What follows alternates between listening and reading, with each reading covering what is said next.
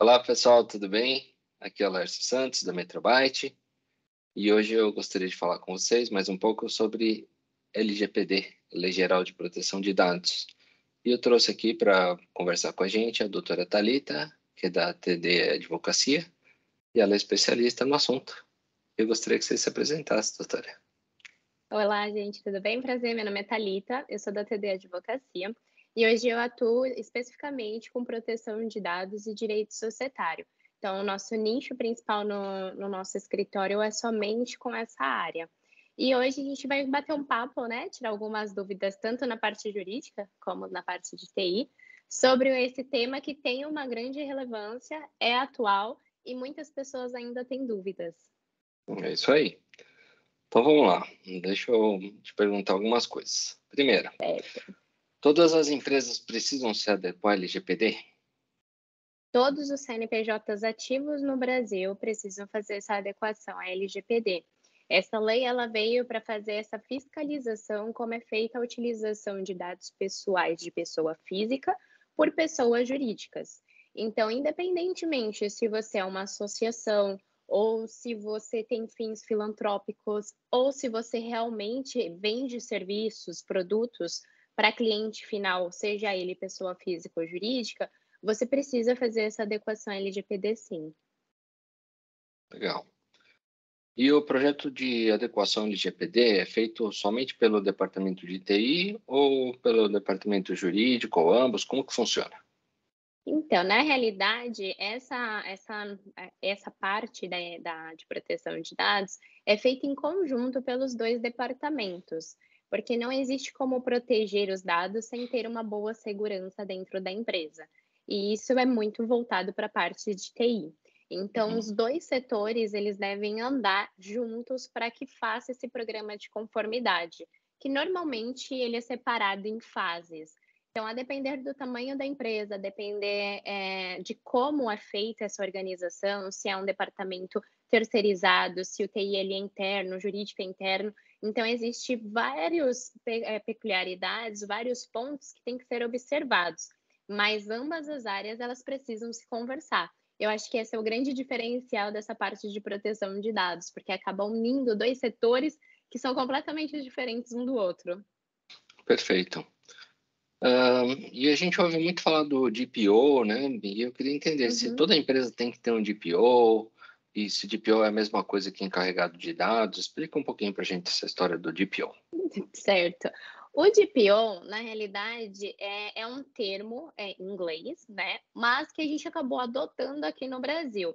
O termo encarregado de dados e DPO é sinônimo um do outro, tá? Não tem nenhum tipo de diferença. A única diferença é em relação ao mesmo que o DPO é escrito em inglês e encarregado de dados está escrito na LGPD. Respondendo a sua pergunta sobre a obrigatoriedade do GPO, todas as empresas que elas não se consideram empresas de pequeno porte ou de médio porte, elas precisam ter um GPO encarregado, tá? Então, Uhum. existe hoje um regulamento que saiu da ANPD. A ANPD é a Autoridade Nacional de Proteção de Dados e é ela que fiscaliza a proteção de dados dentro do Brasil.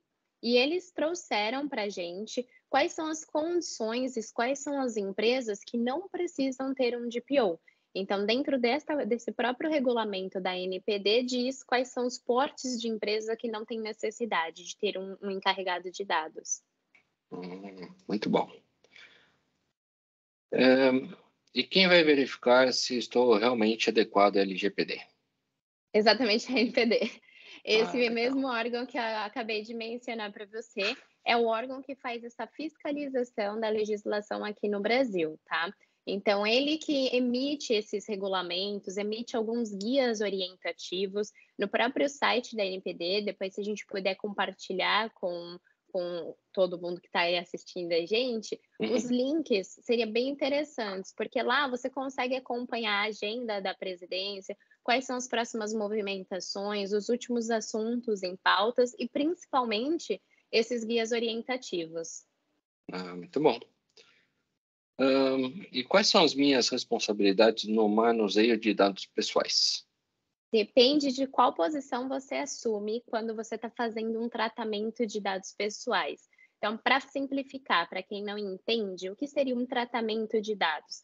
Seria todo tipo de contato que você tenha com dado pessoal. Por exemplo, se você arquiva um dado, se você recebe um dado, se você dá esse dado para alguém ou envia por e-mail esse dado, você está fazendo um manuseio com ele. E para você saber quais são suas responsabilidades em relação a isso, você precisa entender qual é a sua posição dentro dessa relação. Se você é um controlador dos dados ou se você é um operador dos dados. E isso vem escrito na própria legislação. Então, é por isso que é importante você ter um bom projeto de adequação dentro da sua empresa para você entender aonde e qual tipo de responsabilidade você está assumindo. Legal. Mais uma dúvida aqui que eu Sim. pensei. Devo excluir os dados pessoais de uma pessoa física caso ela solicite? Então, a LGPD, ela traz alguns direitos dos titulares. Um deles é esse pedido, essa requisição de exclusão. E sim, você precisa atender esse pedido, mas às vezes não de pronto, porque às vezes você precisa manter os dados daquela pessoa física para cumprimento de alguma obrigação legal. Então, imagina o caso que você, uma pessoa física, emite uma nota fiscal para sua empresa, para a Metrobyte. Então, você precisa ter um prazo legal, que você precisa manter aqueles documentos na sede da sua empresa armazenados, para se caso aconteça algum pedido, seja administrativamente ou judicialmente, você consiga comprovar que foi feito de acordo com a legislação. Então, o que você precisa entender é quando você precisa pagar. Mas que Uhum, você precisa atender a solicitação do titular, sim, você precisa. Agora, uhum. se você precisa apagar de primeiro, de pronto, ou se você precisa explicar essa situação para ele, informar qual é o prazo que você vai manter, isso depende realmente de uma equipe especializada para te apoiar a tomar essa decisão. Legal. Hã, bom, mais uma outra dúvida aqui. Estou Sim. vendo que todo mundo coloca no site aquele aceitar cookies, etc. Isso é uma política de privacidade, né? Ter uma política de privacidade no site já é o suficiente? Já é uma adequação à lei? Claro que não, é muito longe, a depender, né, também da situação. Existem muitas empresas que realmente fizeram um projeto de adequação interno, que mapearam os processos e que aquela política que está no site, ela realmente é uma cópia fiel do que acontece internamente na empresa. Mas existe muitas empresas que utilizam, sabe, a política do coleguinha, que vai lá, pega e fala assim: "Ah, isso aqui é muito parecido com o meu negócio, vou utilizar também". Só que isso não traz transparência para os titulares de dados. Uhum. Então, você acaba infringindo a legislação se você faz esse tipo de cópia, além de também ter a propriedade intelectual, que é uma coisa que é uma outra legislação na realidade, mas que te impede que você utilize documentos ou qualquer tipo de conteúdo produzido por uma outra pessoa sem autorização dela. Então, Uhum. ter uma política de privacidade não significa que você estará adequado à LGPD. São inúmeros detalhes, inúmeros processos internos que você precisa adotar para que você esteja em conformidade com a legislação. Perfeito, muito legal. Bom, E agora, se tiver alguma dúvida aí que eu posso te ajudar. claro, sempre, né, aqui é uma troca. Então eu também queria tirar algumas dúvidas, porque apesar de como eu falei para você nesse começo, o jurídico e o TI eles andam juntos, mas ainda a gente encontra uma certa resistência, sabe, do departamento de TI, de às vezes ouvir um pouco o jurídico. E às vezes a gente até fica com um pouco de receio de perguntar se Uhum. realmente o que que é aquilo, se a gente está fazendo certo, se está condizendo com o processo de vocês, porque Uhum. realmente é uma coisa em conjunto. E aí eu fiquei pensando esses dias o que que é possível que a gente faça, de uma forma técnica, para mitigar ou impedir um vazamento de dados, isso na visão de vocês, na visão de TI. Perfeito. Existem diversas ações que a gente pode tomar, né, em diversos níveis de complicação também. Então, vai desde um permissionamento de pasta, né, uma estrutura de pasta de um servidor de arquivos, que é algo relativamente simples, mas que muitas empresas não têm, né? Então, cada um acessar a pasta certa. Tem muitas empresas que é uma bagunça. Todo mundo Sim, acessa todas as pastas e ninguém sabe quando sobe um arquivo. Até coisas mais sofisticadas, como uma solução tipo um DLP, né, que é um sistema chama Data Loss Prevention.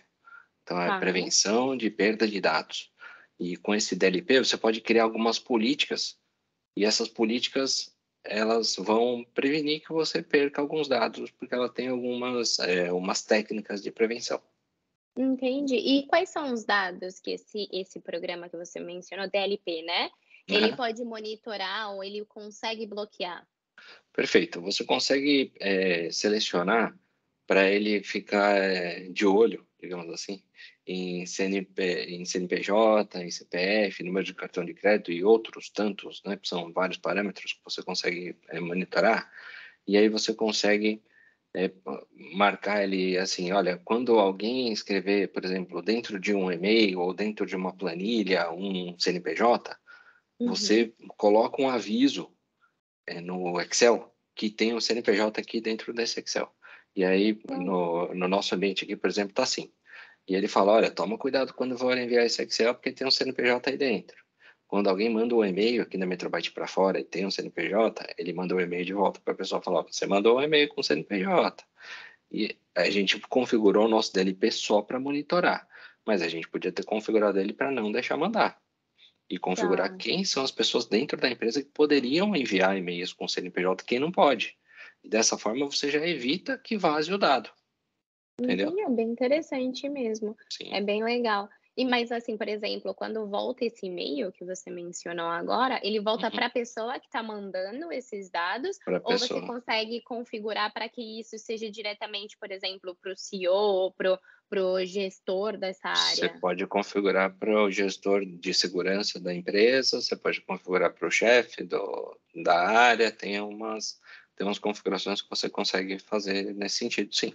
Ah, legal. E você falou também que dá para fazer o bloqueio, né? Como que é feito esse Isso. bloqueio? A bloqueio é uma outra configuração. Ou você, ali você coloca, eu quero só auditar para saber quem que está mandando, né? Uhum. Quem está cometendo erro, e aí monitora e avisa a pessoa. Ou você bloqueia e não deixa a pessoa enviar. Então, é um Ah, tá. cliquezinho a mais que você coloca lá. É que as ferramentas atuais, elas têm tantas configurações que às vezes tem até pronto para utilizar, só que nem todo mundo sabe implementar direitinho, né? Como manusear, né. E uma coisa que eu Exatamente. vejo com muita frequência, assim, em documentos que eu recebo, é information protection. E isso é um termo que eu venho vendo com uma certa frequência, assim. Você consegue explicar para a gente, assim, em linhas gerais, o que isso significa?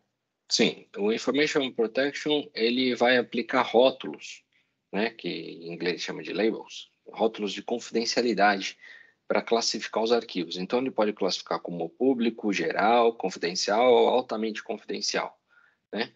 E dessa forma, ele vai possibilitar fazer uma limitação de acesso aos arquivos baseado no nível de confidencialidade desses arquivos.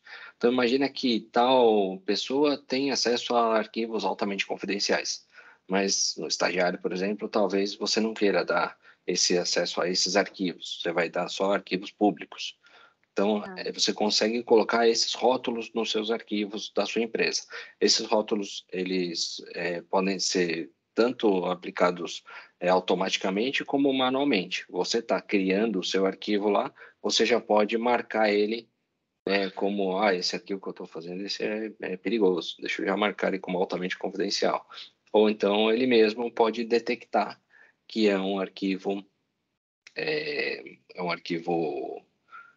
crítico, né? E já marca ele como altamente confidencial.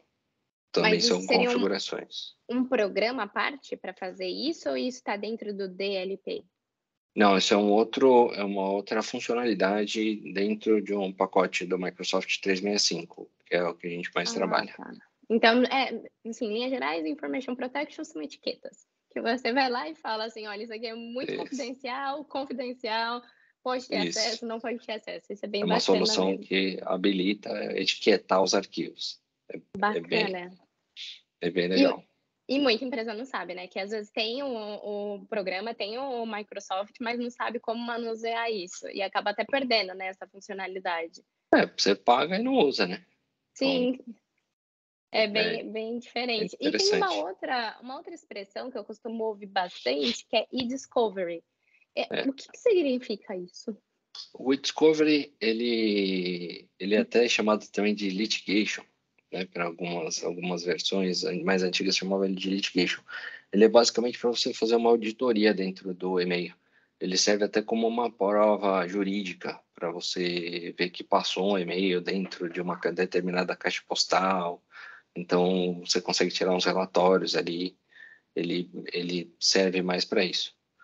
Entendeu? E aí Entendi. você consegue validar que tal pessoa teve acesso a tal arquivo em determinada data. Ele tem esse propósito.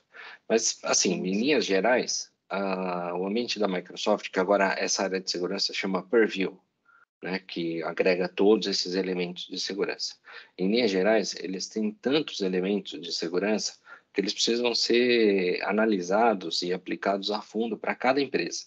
Então, a gente entende que não é um banana, né? Que você vai na feira e fala, vou comprar banana, laranja e tal. Você tem que entender o que aquela empresa precisa de solução. Vai ter uma empresa que precisa só do DLP, outra precisa mais do Information Protection, a outra talvez precise de tudo. Então, a gente conhecendo a empresa, fazendo um trabalho de parceria, que a gente consegue identificar certinho e fazer uma entrega mais completa, né? Mais certinha para a empresa.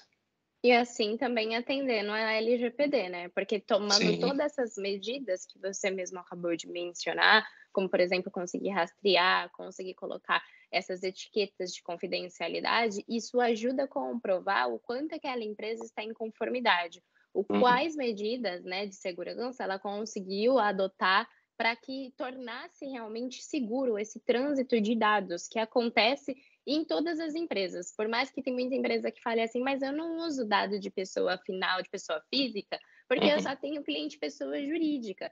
Tudo bem, mas e os dados que você utiliza do representante para fazer uma qualificação no contrato, ou às vezes os Uhum. dados dos próprios funcionários do seu cliente que você acaba recebendo, dependendo do que você presta de serviço. Então, realmente essas medidas ajudam muito a que a empresa fique adequada à LGPD, não é verdade? Com certeza, esse é o potencial da parceria aí do jurídico com a TI, né? A gente Sim. consegue descobrir vantagens de trabalhar junto. Juntos, né, porque É isso aí. realmente é um desafio, é uma coisa muito nova, seja para a parte jurídica, seja para o TI, realmente são coisas que a gente vai aprendendo com o tempo, mas que eu acho que tem tudo para dar certo e melhorar cada vez mais também a segurança dentro da empresa, nos 2 pontos, né. Com certeza, com Então é certeza. isso, eu espero ter respondido, né, todas as suas questões Respondeu sim, e foi muito sempre proveitoso. sempre que tiver dúvidas, precisar de algum auxílio, a gente está aqui à disposição para Legal. Metrobyte. Nós também, viu? E vocês aí, fiquem à vontade para fazer perguntas, deixar seus comentários. E eu vou deixar os contatos aí da doutora Thalita. E podem procurar a gente também nas nossas redes sociais, tá bom? Muito Obrigado e até obrigada. mais. Tchau, Tchau, tchau. tchau.